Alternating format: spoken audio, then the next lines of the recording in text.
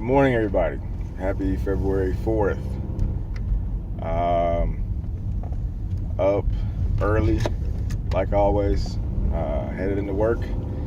And of course, I want to talk about the experience that I had last night with my wife and friends, family.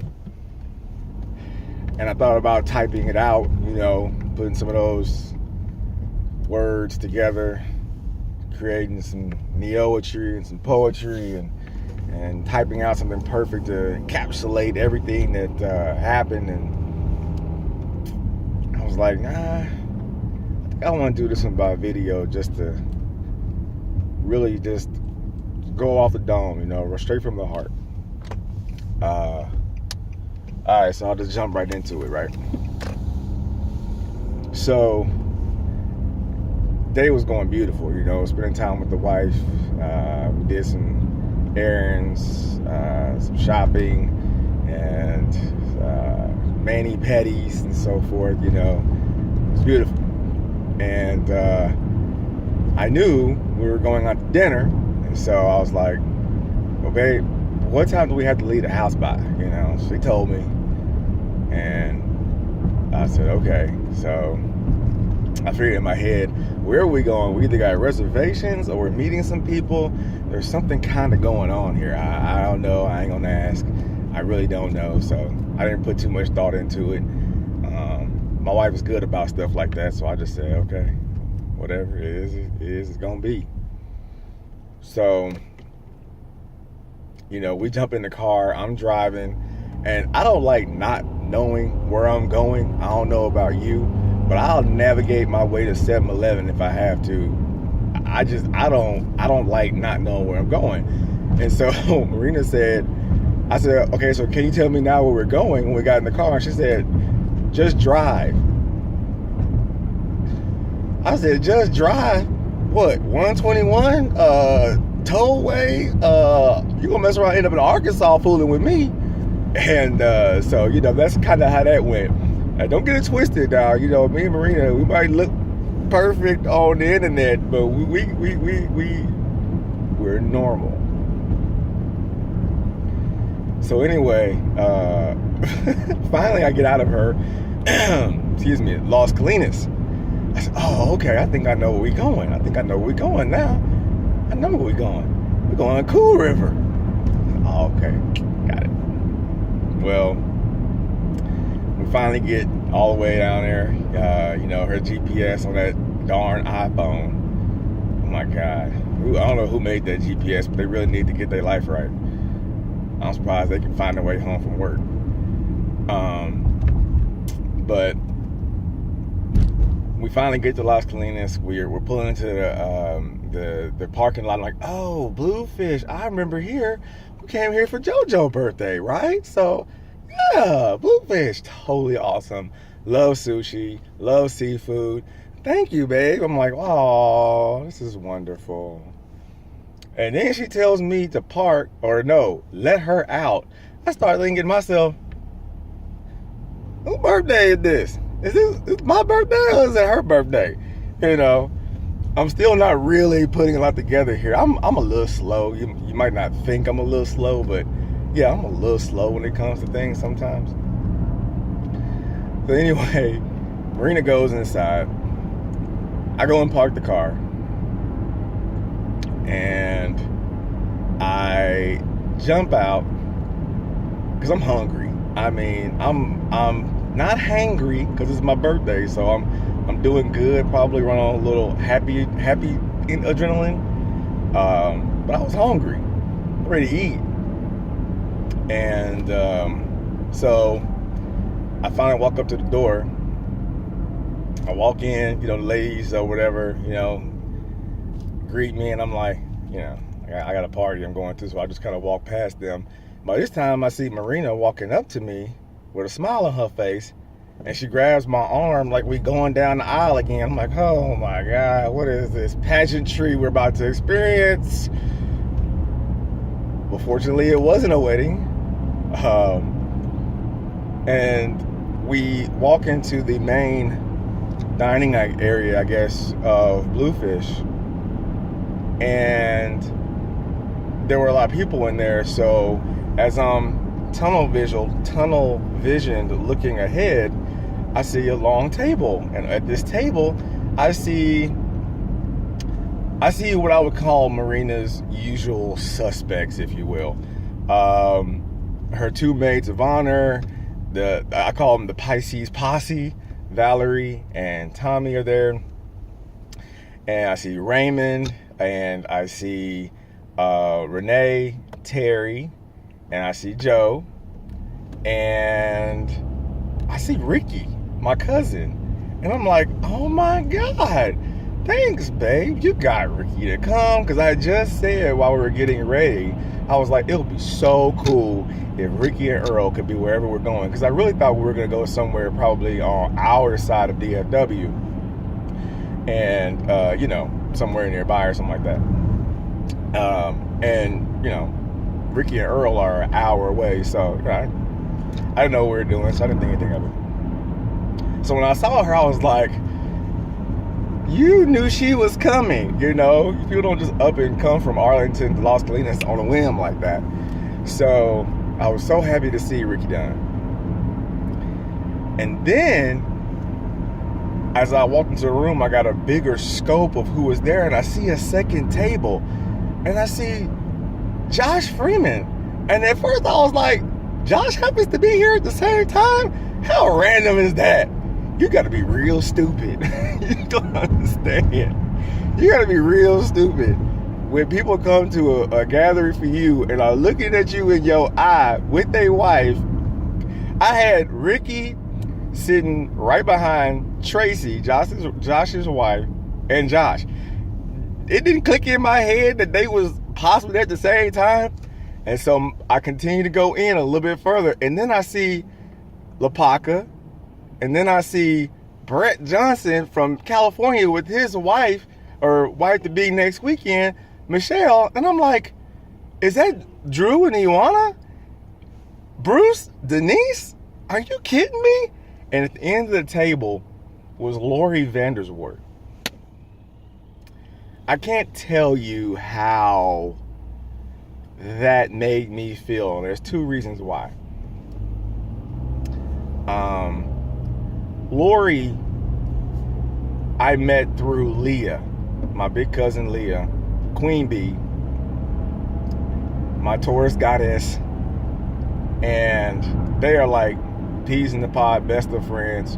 And you know how sometimes you just meet people, you just kind of connect, right? That's the kind of connection I feel with Lori. Just having met her through somebody else, having had a similar experience growing up as witnesses, and not meeting her just because we're ex-witnesses, but because we actually had a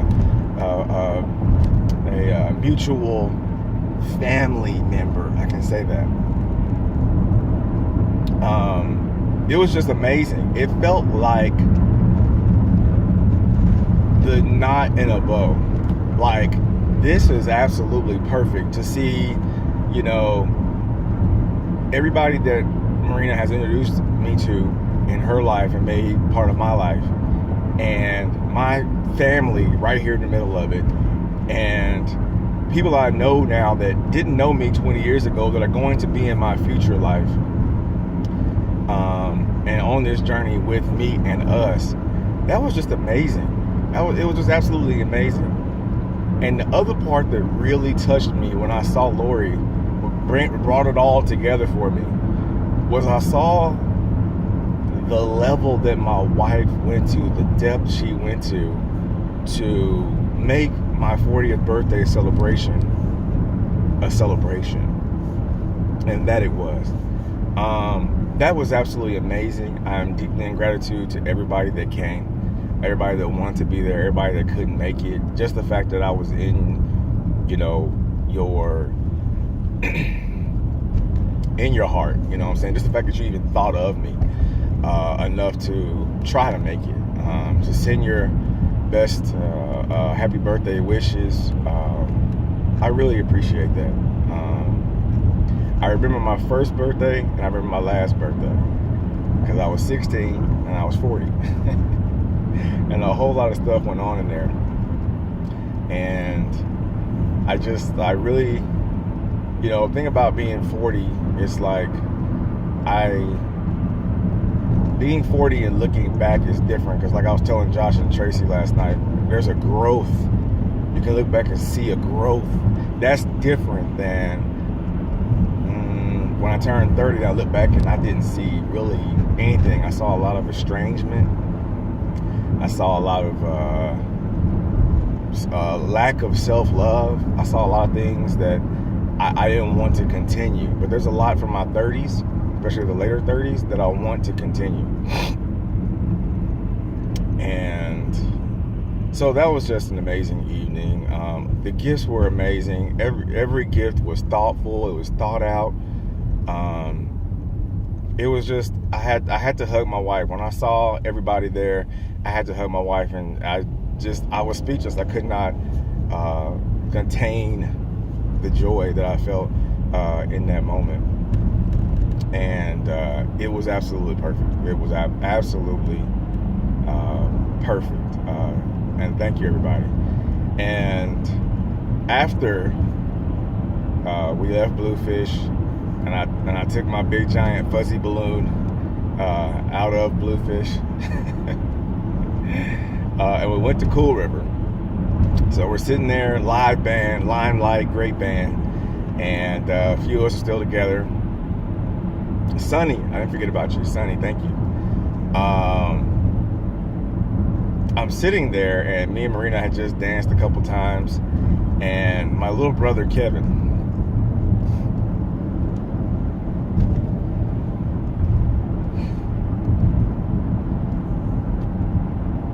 you know, I have spent a lot of my life not feeling like I was in the right place or even the right time. And I've, like I said, felt a lot of estrangement from those that are close to me, and not necessarily their fault. A lot of it's on me. A lot of it's just selfishness on my part. And you think sometimes because you're not around people that they don't know what you're going through, they don't know, you know, what you're feeling. Kevin wrote a poem that he posted, and if you're, you know, one of my friends on Facebook, I'd invite you to go check it out. It's a beautiful piece. But he wrote a poem, and it really showed to me that when you're close in proximity to somebody and you share energy with them for that long and they mean that much to you, even when we're not around each other, we're still with each other. You know, we're still together. Despite everything, despite where you are, despite if you're in Florida or California or Texas or Michigan or Tennessee or Arkansas or wherever you may be, connection binds us. And I just really, really, really needed that, you know, confirmation from my little brother. He didn't know I needed it. I would never have asked him for it. It's just a testament to how connected people are, even when they're not around each other. When geography and distance and time separate us, we are still very connected. I know my phone's bouncing a lot. I'm almost done. But yeah, those are just some thoughts I had from what was a beautiful evening. I appreciate it. Thank you, everybody. Thank you for all the birthday wishes. Thank you to my wife especially. I love you, Marina. Thank you for making last night possible. Thank you to, you know, Tommy, Valerie coming through once again. You guys have really, really, really shown me what it's like to not only experience true love with a person, but also to see true friendship in action as well. You know, you guys are the epitome of family of choice, and it's been a pleasure knowing all of you. I mean, you guys are great, and I'll say this, I've said it 1,000 times, but Marina, you have great friends. And I have learned a lot in the last year and a half from you and them about what true friendship is. And I learned a lot from you about true love. So thank you. Everybody enjoy the rest of your weekend. I know y'all tired of me by now. I'm gonna leave y'all alone. Thank you. And I want to challenge everyone before I go real quick. I want to challenge everybody to do some networking. You got something in you. You got something you want to do. Most people around you do. And a lot of things can get done. If I have a nickel, you have a nickel. We rub them together and turn them into a dime. So I challenge everybody. Let's go into 2017 more networking, less hating. All right. I love you guys, and I'm sure I'll see you again soon. Have a good one.